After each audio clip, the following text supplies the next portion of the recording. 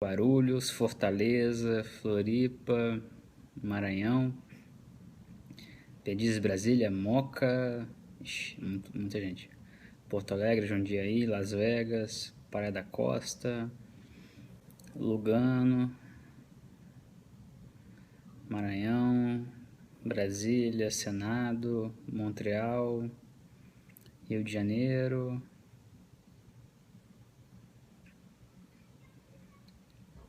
Supremo, Montes Claros, Contagem, muita gente de Minas, né? Floripa sempre forte também. Pantanal, Vila Velha, Cinelândia, Marilândia do Sul, Alagoas, Niterói,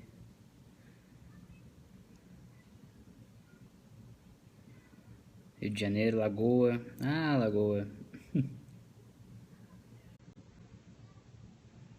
Águas Lindas.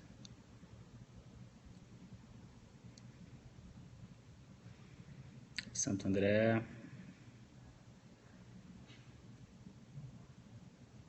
Estamos entrando. Só um instantinho. Pagou!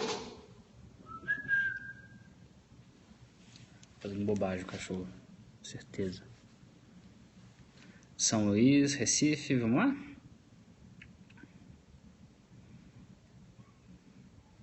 Garça, São Paulo, Brasília.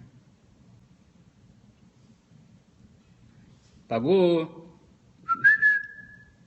Cachorro! Não tem a menor autoridade com ninguém. Lagoa Santa. Tá bom, né? Vai ser breve, eu creio. Vou falar bem pouquinho e... Pagou! Ainda bem que não tem odor nesse periscope. Bom, eu vou tentar ser breve e aí vocês façam as perguntas, né? Dúvidas devem haver várias, suponho. Mas o que eu pedi para vocês lerem os tweets é porque, na verdade, muito do que eu posso dizer agora para vocês, embora haja atualização, tem na sua essência o que eu falei mais cedo, né? Da minha perspectiva, com base em apuração e como sempre, é preciso ser didático, né? Tentando explicar que cada tweet ou cada matéria que a gente bota na revista tem por trás, mesmo que não se indique a fonte a todo momento, também um embasamento de anos, ou em alguns casos meses, de entendimento jurídico, político, ou seja, não é chute, não é opinião desqualificada, né? Ou seja, a análise de cenário, os fatos são fundamentados em fontes e as análises de cenário são fundamentadas na soma desses fatos, na interação deles, né? E também na lógica. Por que eu digo isso? Porque hoje é um dia clássico de como um ato importante, sim, importante, né? Não é insignificante, pode ser incorretamente compreendido e vendido e propagado na era ultra digital que a gente vive, né? Porque eu suponho que para vocês, ou muitos de vocês, tenha sido extremamente difícil se nortear nesse dia, né? Afinal de contas, qual era o significado da decisão do agora famoso Valdir Maranhão? Quais as consequências? O que estava por trás disso? Eu não estou dizendo, não quero sugerir com isso que eu tenha todas as respostas, longe disso. Mas ao menos o essencial e o relevante, eu creio que há apuração suficiente para levar para vocês. Então, primeiro ponto, eu já vou dizer o que eu não vou fazer. Ou seja, eu não vou entrar numa discussão que eu acho que não é necessária das questões processuais, eminentemente jurídicas, do ato em si do Valdir Maranhão. Ou seja, ele tinha competência não para fazer isso, ele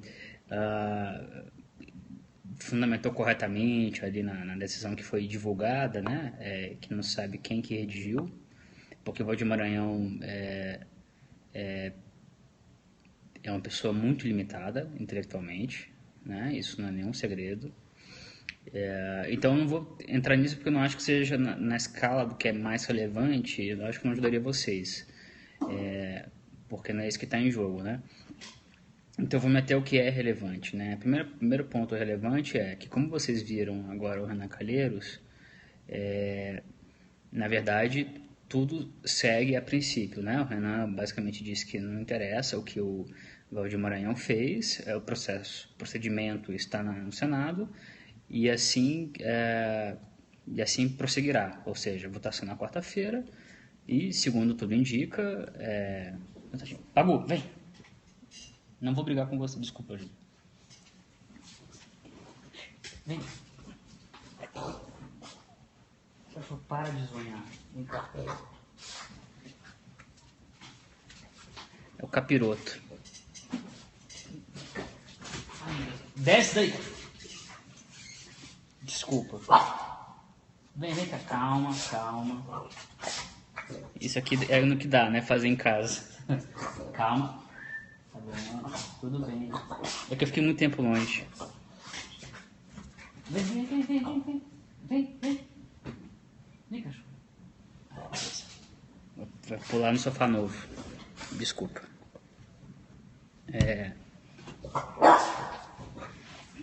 Pagu, você tá me atrapalhando. Vou tirar daqui. Vai.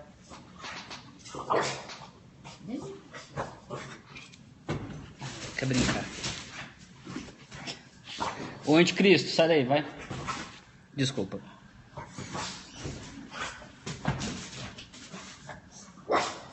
Ai, meu Deus do céu. Bom, deixa eu continuar. Ai, Brasil. Pagou, você tá... É Valdir Maranhão? Calma.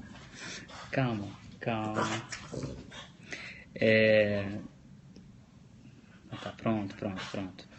Então, gente, onde que eu tava? Até me perdi.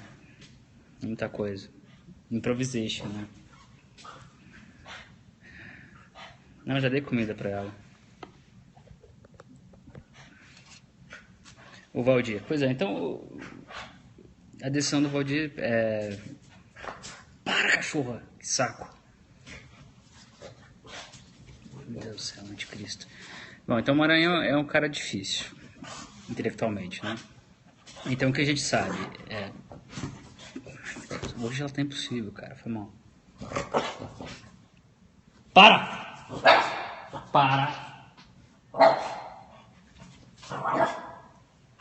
Tá sabotando, cara. Sabotando o periscópio, desculpa. E se eu levantar aqui vai ser um... Não tem a menor moral. Mas então o que a gente sabe? O Maranhão, ele se encontrou antes... Pagu, para de encher o saco. Você quer participar? Você quer atenção, é isso? Pagu, deixa de ser coxinha, Pagu. Mortadela.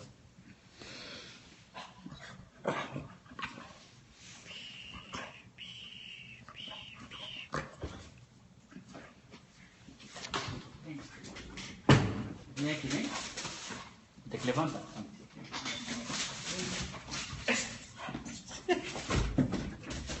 Olha o ridículo que eu tô passando aqui, cachorro.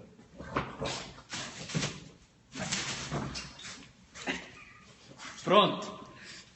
Ufa, consegui. Mais difícil que conseguir no furo.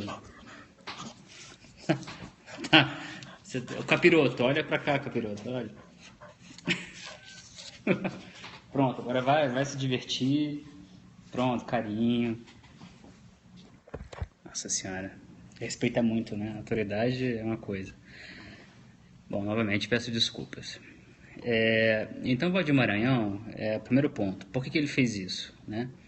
O que é mais relevante nesse momento, talvez. Uma das coisas mais relevantes no momento. Ele fez isso, enfim, só ele mesmo pode explicar.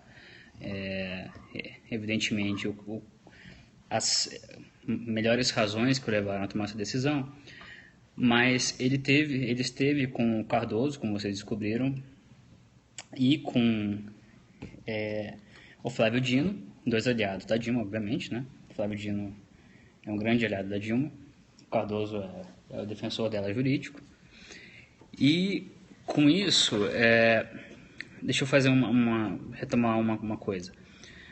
O Valdir Maranhão, ele é cria do Dudu da Fonte, um deputado de baixo clero de Brasília, desculpa, um deputado de baixo clero que ascendeu muito com Severino Cavalcante.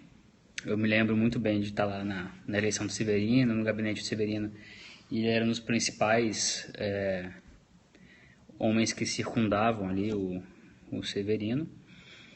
Depois foi ganhando projeção, ele tem um pedaço do PP, né? Ele tem uma influência no PP. E quando o Eduardo Cunha foi montar a chapa dele para ser eleito presidente da Câmara, o Dudu da Fonte indicou o Valdir Maranhão como cara da confiança dele, que entraria na cota do PP. E com o tempo, o Valdir Maranhão se tornou um deputado que sempre foi inexpressivo, continua sendo inexpressivo, compunha ali a mesa, quando tinha que assumir era sempre problema, porque ele não sabe nada do regimento, era preciso dar os papelzinho para ele, vocês podem checar isso na internet, acho que deve ter saído, porque ele realmente não tem a menor noção de regimento, de condução de sessão. Isso é famoso, o Severino piorado. Então, durante o processo do Eduardo Cunha, em que o Conselho de Ética estava com uma importância muito grande, ele ajudou sim o Eduardo Cunha, né? Quando a Dilma fez aquela ofensiva forte, a Dilma e o Lula, para tentar trazer deputados para votar com o governo e impedir o impeachment, o Valdir Maranhão foi um desses deputados que, de certa maneira, mudaram de lado, né? Tanto que ele votou contra o impeachment. E foi isso 2, 3 semanas antes do impeachment já estava muito claro que ele mesmo já havia se comprometido com a Dilma. Qual foi o preço disso? Político? Há muitas dúvidas. Eu não tenho informação suficiente para bancar nada.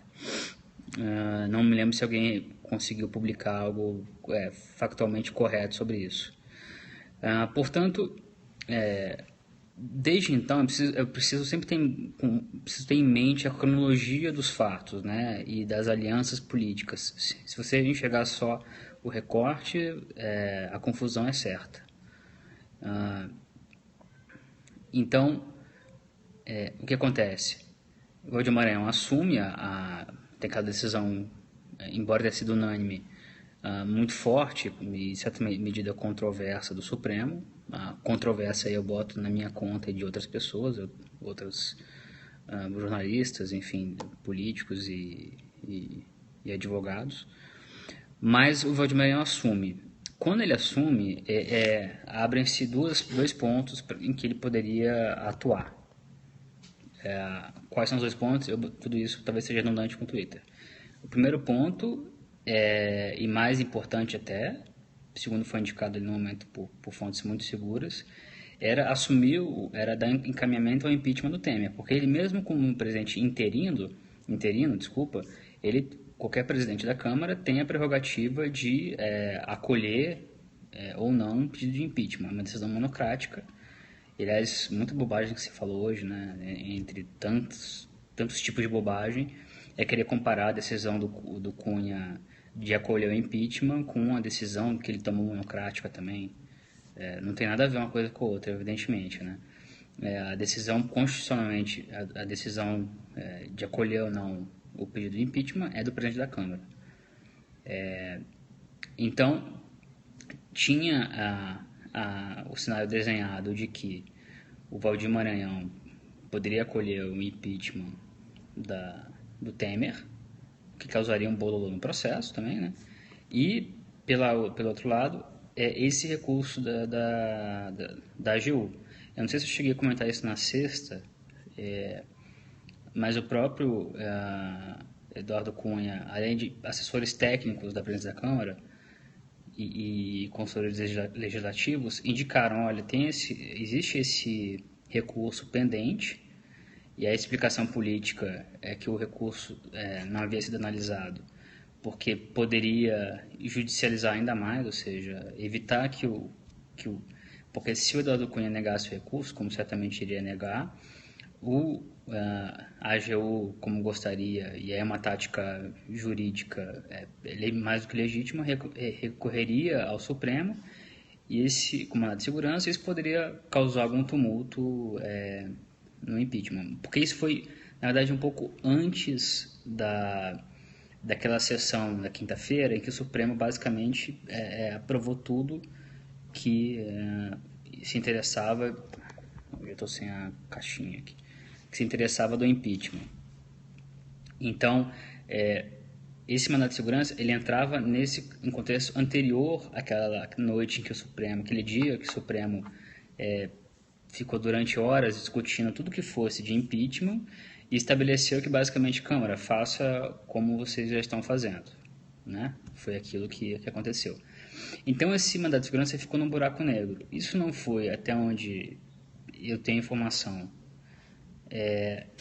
nada, não há nada maquiavélico nesse recurso.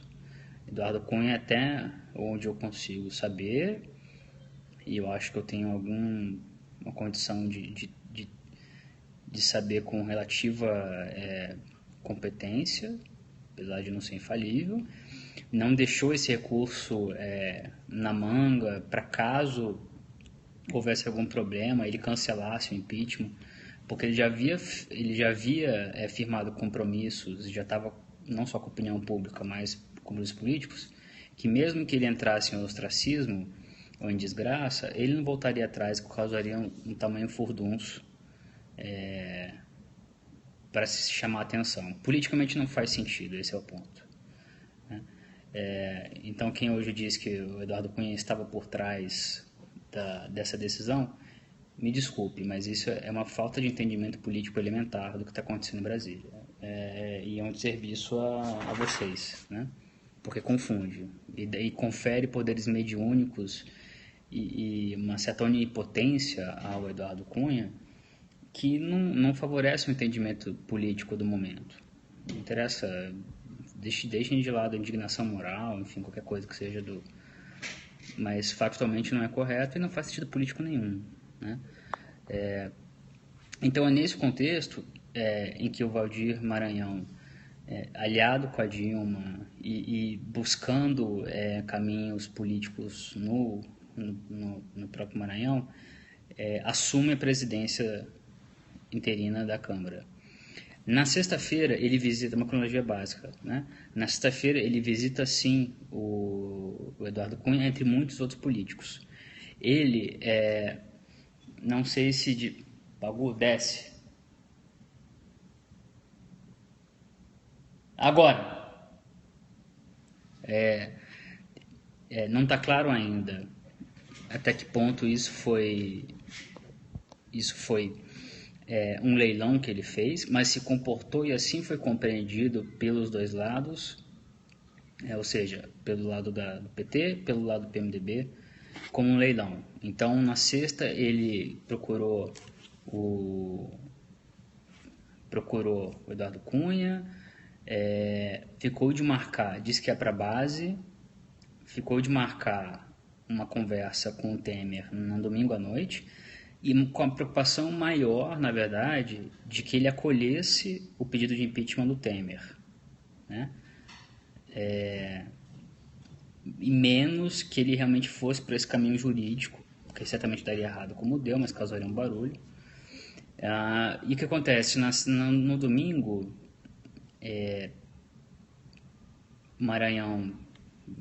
Valdir Maranhão some, todo mundo começa a procurá-lo, ele não dá notícia, some, dá um bolo no Temer, dá um bolo nos aliados do Temer, e ninguém é bobo, né? A partir do momento que ele deu o bolo, falou, bom, tá com alguém. Descobriu-se hoje, se não me engano, a primeira a publicar isso com confiabilidade foi a Andréa Sadi, da Globo News, que ele esteve com o Flávio Dino, esteve com o Cardoso, o que por um lado é legítimo, não há nenhum problema ele estar com um lado ou com o outro, só que a coisa fique clara, né? E hoje de manhã, até hoje de manhã ele tinha sumido. E hoje de manhã, na verdade, quando ele aparece, já se sabe que ele estava preparando algo ao lado do governo. Enfim, esse isso que aconteceu antes, né?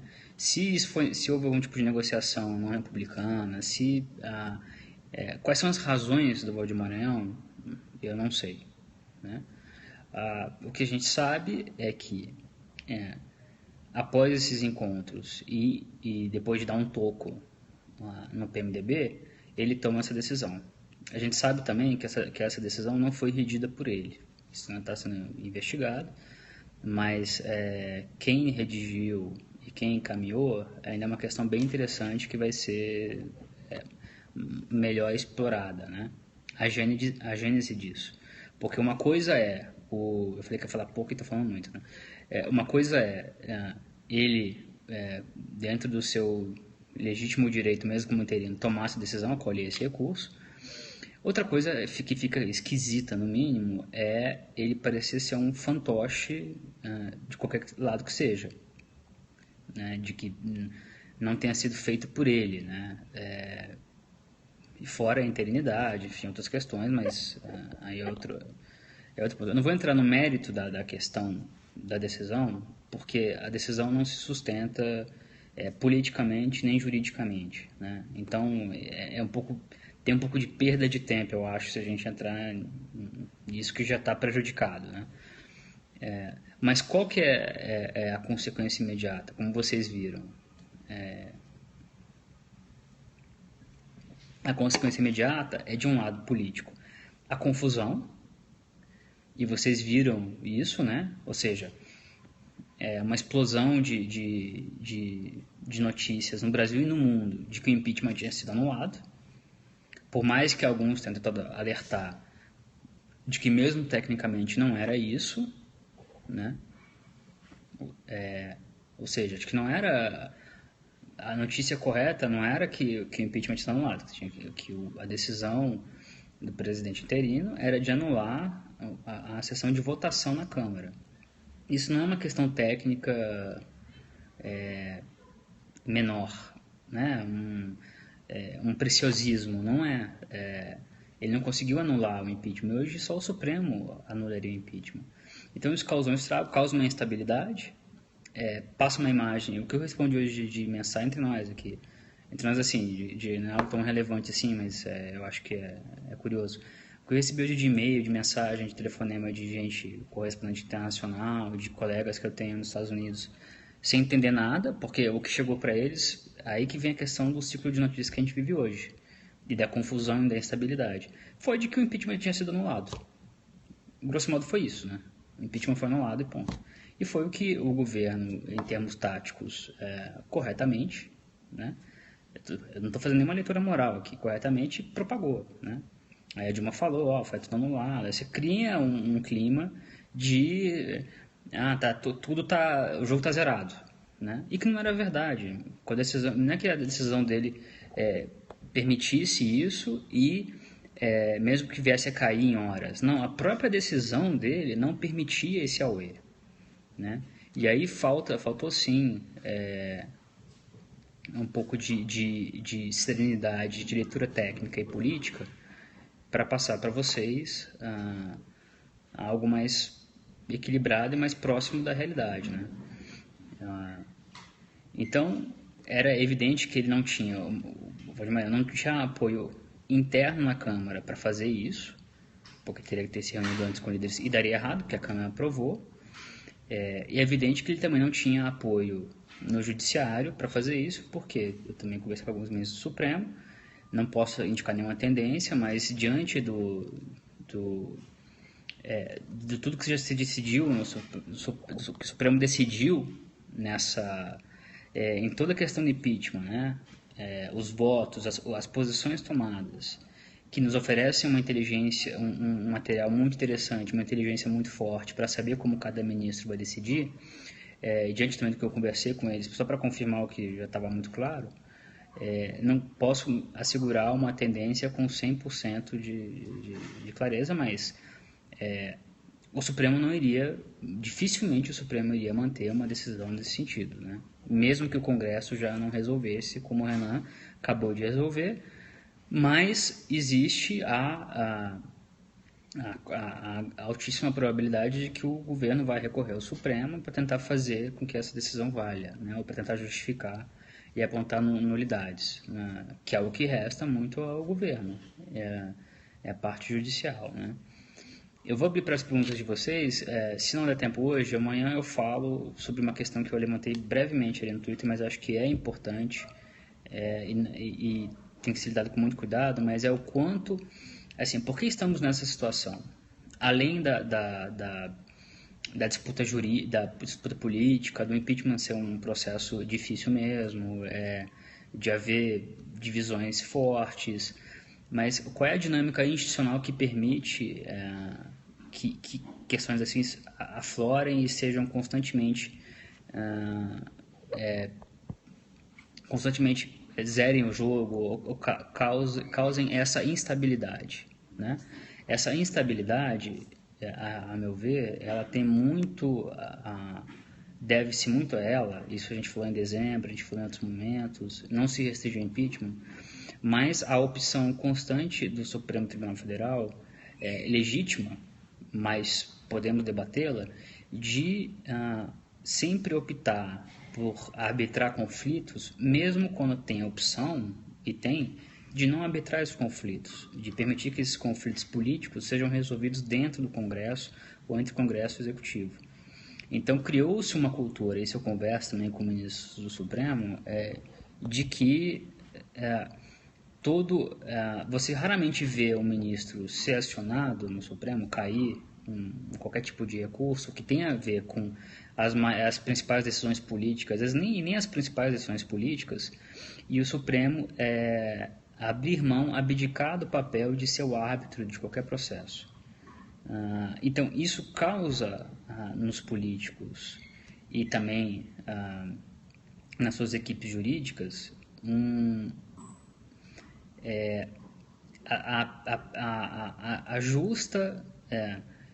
o justo cálculo de que tudo pode ser judicializado, né? Para um lado ou para o outro. Então, qualquer decisão política e administrativa fica sendo provisória, porque tudo tem que ser ratificado pelo Supremo, discutido pelo Supremo, modificado, anulado.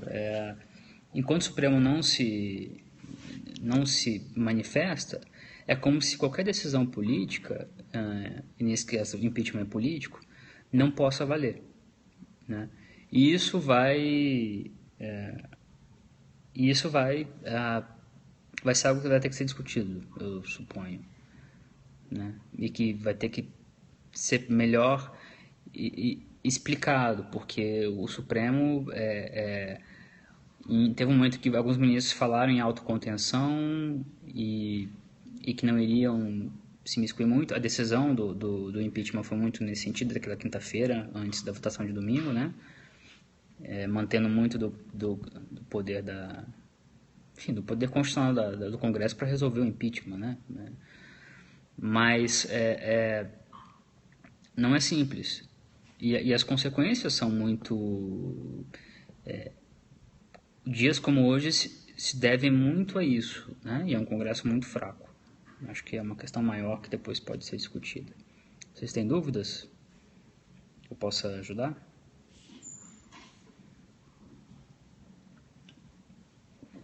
Os possíveis estratagemas do governo para atrasar ou barrar o impeachment. Bom, esse era um, né? E na verdade continua sendo, porque esse ato do Voto de Maranhão, ele, como eu disse, certamente, eu não consigo confirmar factualmente se isso vai ser feito, mas não vejo como o Cardoso não vai fazer isso, que utilizar esse substrato dessa decisão para recorrer ao Supremo. Isso aqui tá chato, né, de ficar caindo aqui. Para tentar, de forma legítima, né, para quem tá caindo, anular a sessão da Câmara, né? Procurar as nulidades. Então, assim, diante dessa cultura de judicialização e do Supremo como um árbitro necessário e final de qualquer questão, na verdade, a gente pode projetar no curtíssimo prazo decisões, recursos que a AGU pode entrar, e a gente também já pode antever, mesmo antes da votação no Senado, do decorrer do processo, um contínuo entrar de recursos no Supremo, né? E não se sabe também se tudo vai ser conduzido da maneira como precisa ser, né? Então pode ser que o Supremo em algum momento acabe intervindo nesse processo, mas com um custo muito alto, né? Se a questão não for realmente constitucional, né? Então, por isso que as equipes jurídicas nesse momento têm uma importância muito grande, porque é um processo que é essencialmente, ele tem na essência esse lado anfíbio político e jurídico, né? Aí eu acabo perdendo várias perguntas, né, quando vocês...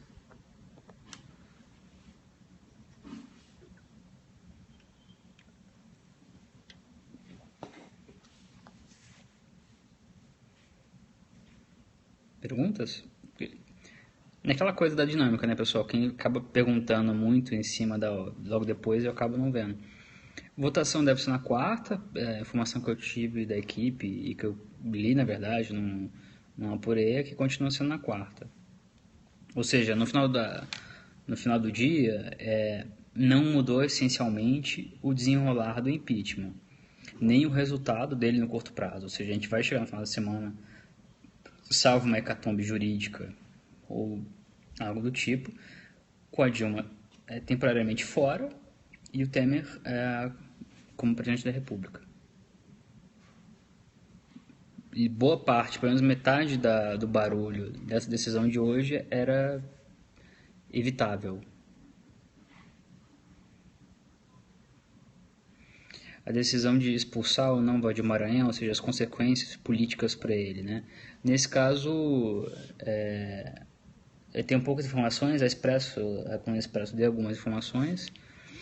Eu conheço, pelo que eu conheço do PP, isso não vai prosperar. Os gaúchos do PP e outros, pessoal do Paraná também, talvez do Rio, tentem aplicar uma sanção. Eu tenho dúvidas se vai haver alguma sanção a ele. A recomposição costuma ser a maior... costuma falar mais alto, né, nessas horas. Se a Dilma pode voltar após 180 dias? Bom, constitucionalmente ela volta se ela não tiver sido afastada ainda, né, em definitivo, condenada. Mas politicamente é algo muito difícil. Tudo depende do sucesso da fase beta do governo Temer, né, e da Lava Jato. Então, não dá para... quem acompanha nosso trabalho pode observar isso, não dá para desprezar a possibilidade de que o governo Temer beta dê errado, porque as responsabilidades são muito grandes,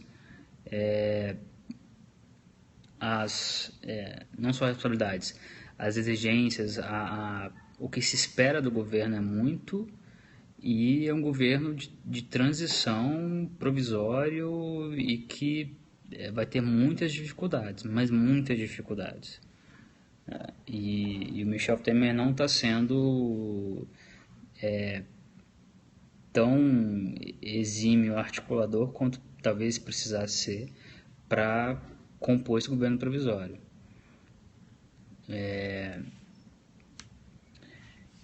Então é isso, não dá para saber. Não dá para saber se o Temer fica em definitivo. Mas quanto mais tempo passar e caso haja algum sucesso mínimo do governo Temer, e se a Dilma continuar se comportando dessa maneira, ou seja, montando palanques e gritando golpe o tempo inteiro, a tendência é que o Temer se consolide e o impeachment definitivo se torne inevitável, né?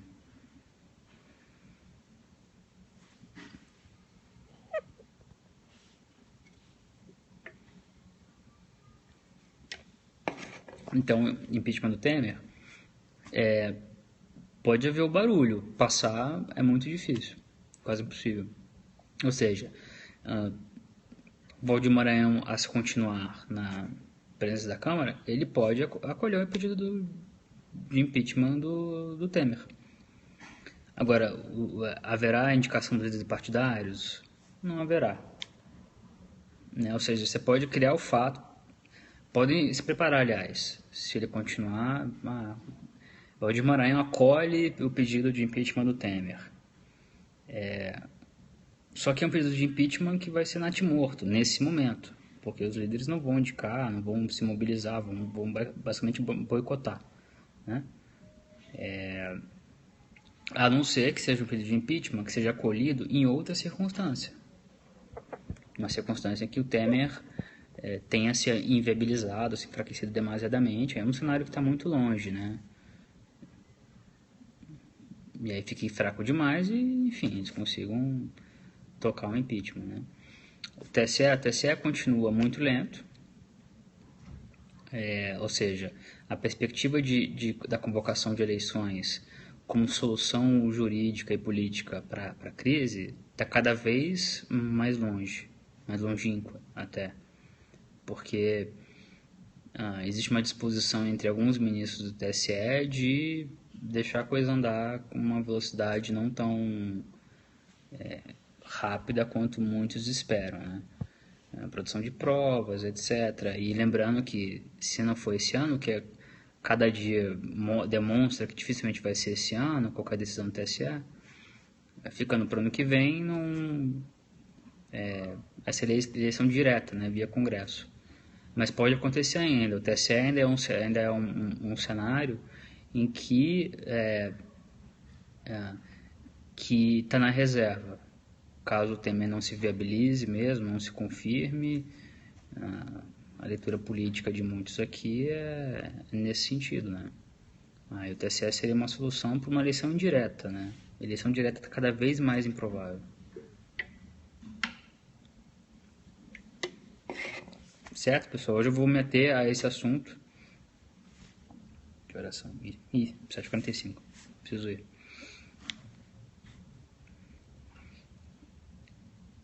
Se a mesa da Câmara pode anular a anulação do Maranhão? Bom, o que houve hoje é que regimentalmente sim. Mas eu acho que talvez nem seja necessário, porque é importante perceber o que às vezes é a questão técnica e o que é, ainda mais em termos regimentais administrativos, né, que tem um peso menor, e qual é a chamada vontade política, né? Não gosto desse termo, mas ele pode ser útil. Vontade política dos líderes e dos deputados para resolver uma questão. Então, como existe está próximo de um consenso, né, e para isso serviu essa decisão, é muito difícil que o Valdir Maranhão consiga fazer qualquer coisa. Qualquer coisa. Ele só tem apoio do PT e do PCdoB e não dá.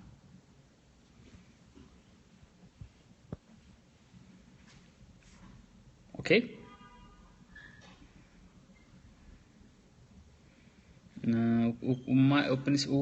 Hoje o candidato, embora seja um pouco longe, o candidato favorito para a presença da Câmara no que vem é o Rogério Rosso. Ficou claro? Se é que não estava já claro? Tá bom? Desculpem pela Pagu hoje, mas a Pagu tá meio um pouquinho excitada.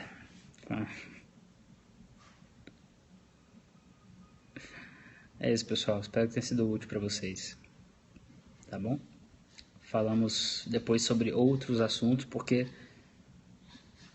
não é algo para esse momento, mas a Lava Jato prossegue, né?